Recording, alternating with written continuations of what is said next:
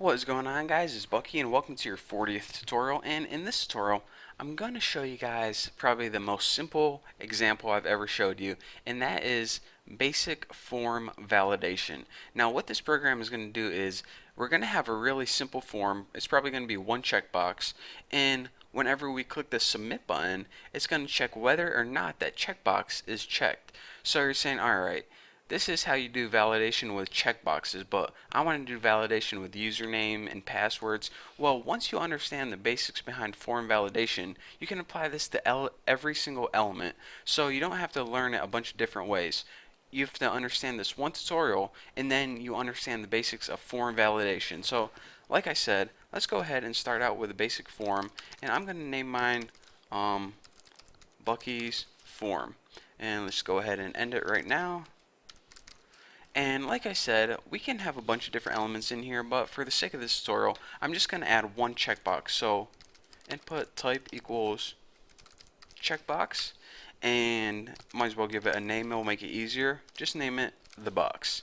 This is the box. Dun, dun, dun, dun. And now we need some kind of submit button, because whenever we're calling our function later on, and we needed some way to submit the form.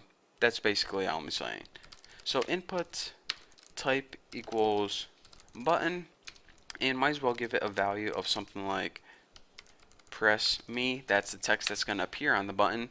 And now let's go ahead and use our on click attribute, and remember, whatever code we type in here, like validator, this is the JavaScript function that's going to be called whenever we click our button. So let's go ahead and save this and run and launch in Chrome what we got now. So whenever we click our button, nothing happens because we didn't type any JavaScript yet. But whenever we create our validator function, we're going to create our validator function to check whether or not this checkbox is checked. So right now it doesn't do anything, but we're going to change that right now. So I'm going to go ahead, and since this is just a function, I'm going to go ahead and add it in the head of my website. Why not? I like to add all my functions there. So again, this is named validator, so that's what we need to call our function. Function, and actually I might as well just copy that to ensure that we don't have any typos. And it's going to take no parameters, and check it out.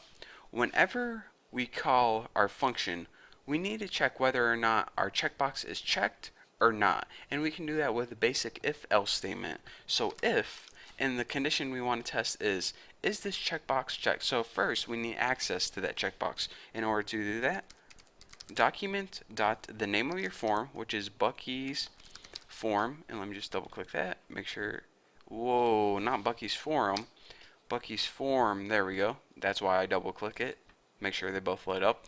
So Bucky's form, and now we need to access the element, the checkbox, and we gave it a name, the box, so we can easily access it.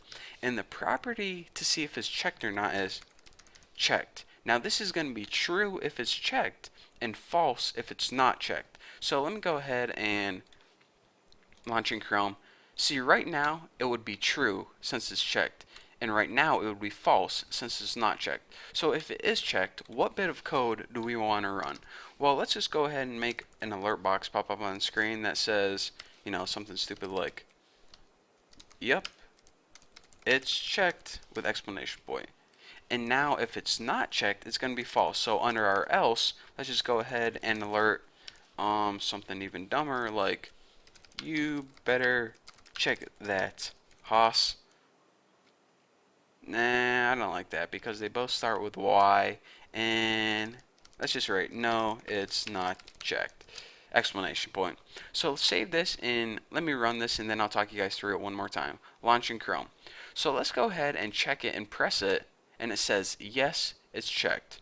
Cool enough. Now let's go ahead and uncheck it, press it again, and it says no, it's not checked. Okay, pretty cool, it's working perfectly. So basically here is what we did. We went ahead and we created a form called Bucky's form, and we added a checkbox to it. And whenever we click the button, we told JavaScript to call this validator function. Well, then we went ahead and we made the validator function, and all this function did is it said, alright, whenever you click this button, I'm going to check if the checkbox is checked. If it is, I'm going to run this bit of code. If it's not, I'm going to run this bit of code. So that's why whenever you ran it and it was checked, it says, yes, it's checked. and whenever it was unchecked, it said no, it's not checked. Pretty cool, huh? So that is the basics of form validation. Again, we only have one other element besides the button on this form, but what people typically do is they make a function to validate all their data.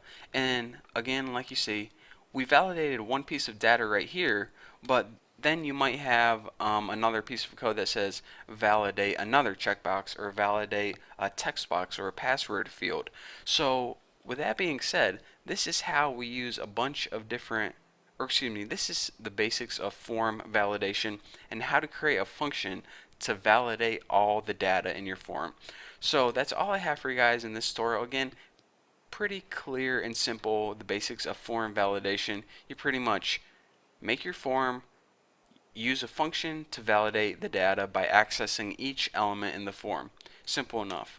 So now that I covered that, I don't know what I'm going to be covering in the next tutorial, but trust me, it's going to be amazing. So thank you guys for watching. Don't forget to, I don't know, don't forget to brush your teeth. I'll see you in the next tutorial.